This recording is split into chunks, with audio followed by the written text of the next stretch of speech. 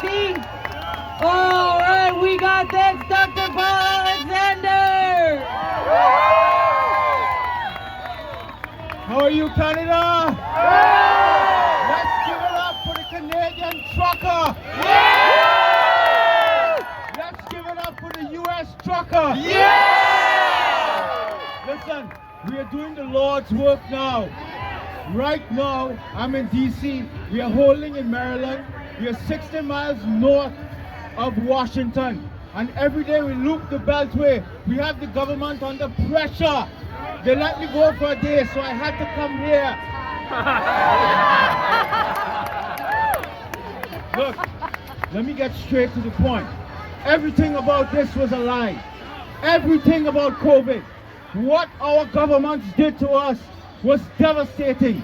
What the federal, provincial, city level governments did was devastating. And I always say, we take them into a courtroom and we let them defend themselves one by one. Come! We're taking Howard Doing to the courtroom. We're taking Davila. We're taking Ford. We're taking everyone. One by one. We let them defend themselves. And if they cannot, if they costed lives, we lock them up. We lock them all up. Listen, we strip them. We strip them of all their money.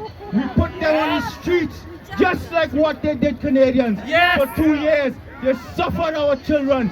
Children died across the world because of these lockdowns. So now we lock them up. We lock them all up one by one. Nobody should escape. None. And the world deserves to give praise to the Canadian trucker. It is on the back of the Canadian trucker that we stand here today, and the United States is bubbling. The United States will finish what the Canadian trucker did. Long live the Canadian trucker!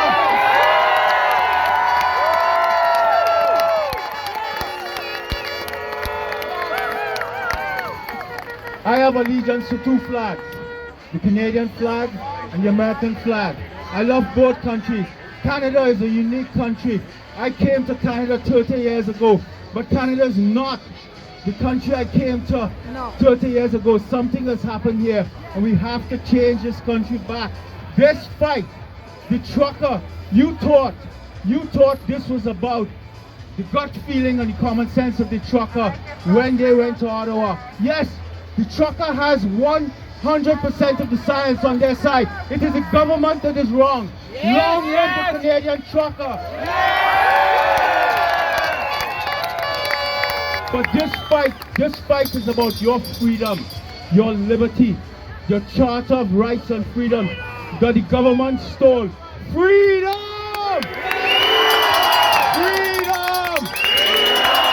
Freedom! Freedom!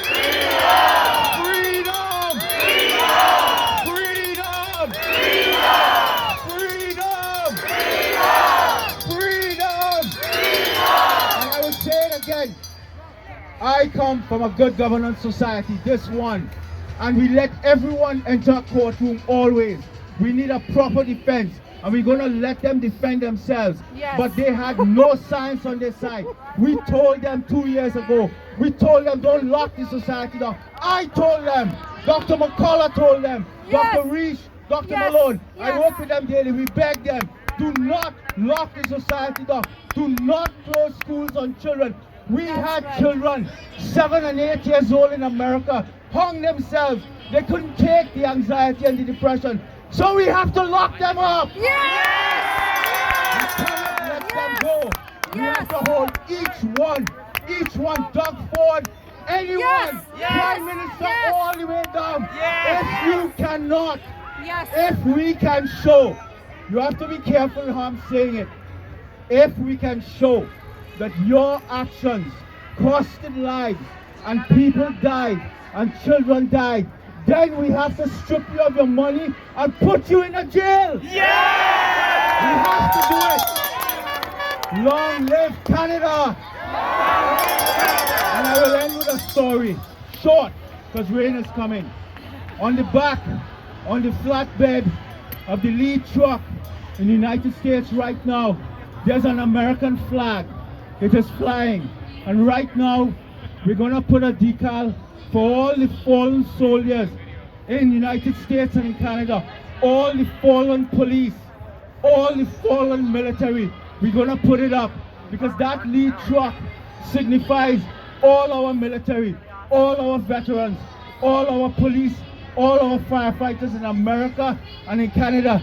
And that flag, had you not seen it, I saw it because I am with that convoy now. You know I was in Ottawa 3 weeks. I stayed there on the floor with the trucker. The Canadian trucker was the most peaceful, loving, inviting person in the world. Yes. What Prime Minister Trudeau did to them was a crime. Yes! He should have never done what they did. No. Never. These people were peaceful. Crime in Ottawa went down 90%. So it was terrible. It was terrible what he did to trucker. And I will end. The flatbed. I walked up to the flag in America and I looked at the flag and I could tell that that flag was overseas. I could tell that flag saw battle. It has blood on it. And when I found out the story, the owner of the flag gave to the trucker, the lead, Brian Brazier and Mike Landis, and they said, listen, this is my husband, World War II. They brought him back on the casket, draped his casket. But that was the last time I saw America fighting for freedom. And this is the first time since then. So I am giving you this flag. And I want you to fly it on the back of that truck. It has tattered ends. Because as we convoy, the wind is shredding it. But she tell us, I want two things. Two things with that flag. Get that flag into DC. Because the police locked it down. Well, last week, I had an appointment with Senator Cruz and Senator Johnson in DC, so mission accomplished. And then she said one more thing. Keep the flag. Keep it and fly it across America. Let it represent American truckers and Canadian truckers, but bring it back to Texas. Bring it back to me, even if it's in pieces. Bring it back so I can put it to rest. So long live America! Freedom! Freedom! Freedom! Freedom! Freedom! And I will close by saying, Canada is the best country in the world. Long live the Canadian trucker!